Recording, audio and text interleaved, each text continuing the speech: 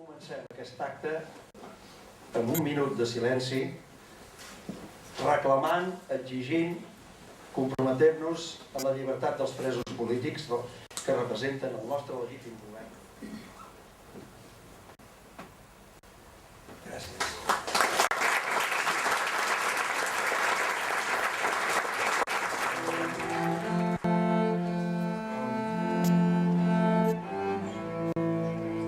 Gerona, 18 de enero de 1940. Dolores, hijos y hermanos y demás familia. Lola de mi alma, me asesinan el día 25 de enero de 1940, siendo inocente de todo. No tenéis que agachar la cabeza por nada. Cuando podéis, espero que os venguéis de mi inocencia, que es envidia que me tienen, porque ellos ya saben quienes tienen la culpa, porque se ve que yo estorbo a alguien. No he hecho mal a nadie en mi vida, però les vendrà la pudor. Si Dios hi trobem valentia i també dolor. Però per damunt de tot hi trobem dignitat. Sempre, en tot moment, 8 dies abans de morir, dignitat. Tots, companyes i companys, tots ells, són els protagonistes únics d'aquest acte. I vosaltres, familiars i acompanyants, els seus dignes representants. La resta som ciutadans orgullosos de poder compartir aquest acte i el vostre testimoniatge. Moltes gràcies. Bé, bon dia a tothom. Des de la Comissió de la Dignitat us he de dir que per nosaltres és un honor que ens deixeu compartir aquest acte i aquest moment. La Comissió de la Dignitat i moltes entitats memorialistes fa molts anys que, com vosaltres aquí s'ha explicat, es lluitava perquè es fes un acte que les institucions públiques d'aquest país reconeguessin la injustícia que van ser tots aquests processos de repressió política. Totes les peticions que s'havien fet i especialment que es van adreçar en el Congrés dels Diputats, tots van caure en un no continu. I per això, ara farà més o menys 2 anys, la Comissió de la Dignitat i d'altres entitats memorialistes van proposar a tots els grups parlamentaris del Parlament de Catalunya una proposició de llei que precisament establia la nul·litat d'aquests processos.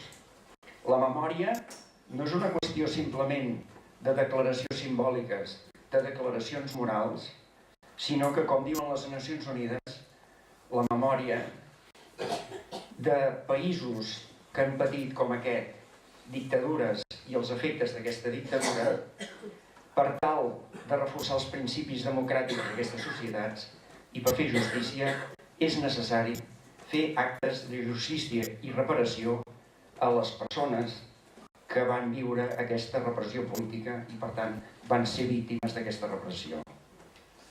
Les víctimes tant són les persones que van patir directament aquesta repressió com totes les famílies que també van patir penalitats fruit d'aquesta repressió. Tots ells són víctimes. Aquesta llei proclama d'una manera solemne la il·legalitat d'aquells tribunals. Era necessari que es digués d'una manera clara i ferma que aquells tribunals eren il·legals i que s'havien fet contra la legalitat vigent en aquell moment. I per tant, en base a aquesta il·legalitat, totes les resolucions que havien dictat eren injustes. Aquí, en aquesta llista que ha passat aquí, que hi havia, diguem, diverses condemnes, o fins i tot hi havia absolucions. Per què s'han fet dins d'aquests 60.000, 66.000, totes les persones?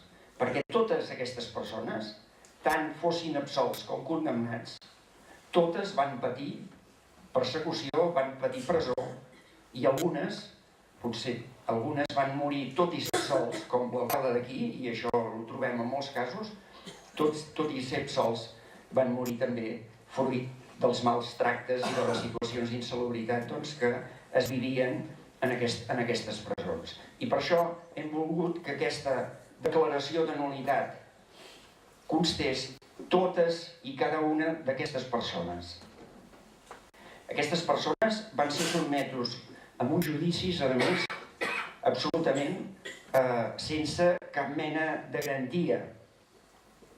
Van ser sotmesos a uns procediments simplement pel que pensaven o pel que havien fet. El que avui són drets fonamentals d'expressió política, de manifestació de les pròpies idees. Un dret fonamental inalienable. I per haver sigut fidels a les seves idees i per haver-les defensat i per haver defensat el nostre poble i els drets del nostre poble, van ser condemnats per rebel·lió. Això ho hem de tenir present, perquè avui tornem a repetir situacions semblants. Totes aquestes persones del nostre govern que estan empresonats també els acusen de rebel·lió. Per què? Per les seves idees. I això una societat, i això ens fa veure la necessitat d'aquesta llei i d'aquest acte que fem. Una societat no es pot girar d'esquena a fets com aquests. Perquè, com recorda les Nacions Unides, no recordar-los, no condemnar-los, no ser conscients, porta a la repetició d'aquests fets. Hem d'estar tots plegats convençuts i segurs que són intolerables i que no hem de permetre mai més que es tornin a produir. I per tant, quan es produeixen, i avui es tornen a produir, els hem de condemnar i no els hem de consentir. He dit que aquesta llei també d'alguna manera no només reconeix en aquestes persones que van patir la presó i que alguns d'ells van perdre la vida al ser condemnats a mort, també és un reconeixement a les famílies. I com a societat, i avui aquí ho hem de ser conscients, a la marginació que van patir, a la marginació i la misèria que van patir, moltes vegades, i això col·lectivament n'hem de ser conscients i ho hem de reconèixer, el buit que es va fer a moltes d'aquestes persones, fruit d'aquesta por, però que aquest buit va encara agreujar molt la situació d'aquestes famílies que tenien els pares, els germans empresonats o que havien estat afusellats i que això els va posar, diguem, en una situació de misèria. El nostre objectiu era homenatjar i quedar constància de tots i cada una de les persones que van ser perseguides. Ho heu vist. Aquí hi ha aquests 118 famílies de les quals s'han pogut, diguem, localitzar i sou presents, els que sou presents a aquesta sala, que és més o menys la meitat. Però a la llei s'ha publicat tots els noms perquè tots i cada un dels noms han de ser reconeguts. Els que en tenim memòria i els que hi ha potser gent, no hi ha ningú que en tingui la memòria. Està en la memòria de tots. Jo diria en aquest sentit que en el procés de la llei es van, diguem, en aquest sentit vam trobar, i ho hem de reconèixer, la col·laboració dels grups parlamentaris que hi van donar suport des d'un primer moment, que són de Junts pel Sí, Catalunya Sí que es pot i la CUP. Aquests grups, gràcies a aquests grups, aquesta llei va tirar endavant i va haver-hi, amb la Comissió de la Dignitat i les entitats, una bona col·laboració i una coincidència d'interessos amb l'objectiu, que de vegades en el moment que es fa no és prou fàcil, d'aconseguir una bona llei que parlés clar. En aquest sentit, hi ha 3 persones, i tenim aquí la Montserrat Palau, però també vull recordar la Mireia Oia o en Joan Nuet, que van, diguem, en aquest sentit, treballar perquè aquesta llei fos possible i vam coincidir en aquest sentit amb l'objectiu de no tornar a fer una llei ambigua o no tornar a fer una declaració ambigua, sinó que fos ben bé clara. El títol d'aquest dia deia Per la dignitat. Aquesta llei i aquest acte, diguem, que en sou els protagonistes i els arbusiens, diguem, que promouen aquest acte i donen escalf i estan aquí presents, de fet, a nosaltres i a tot el nostre poble, el fet d'haver fet això i el fet de ser presents aquí, el que ens feu, el que ens doneu la dignitat, és a nosaltres.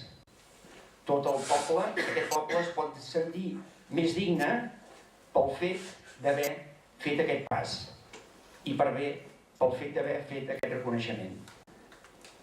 I per tant, és més digne un poble quan dignifica i reconeix els actes d'injustícia i que en definitiva el que fa és refermar els principis que han de regir sempre aquesta societat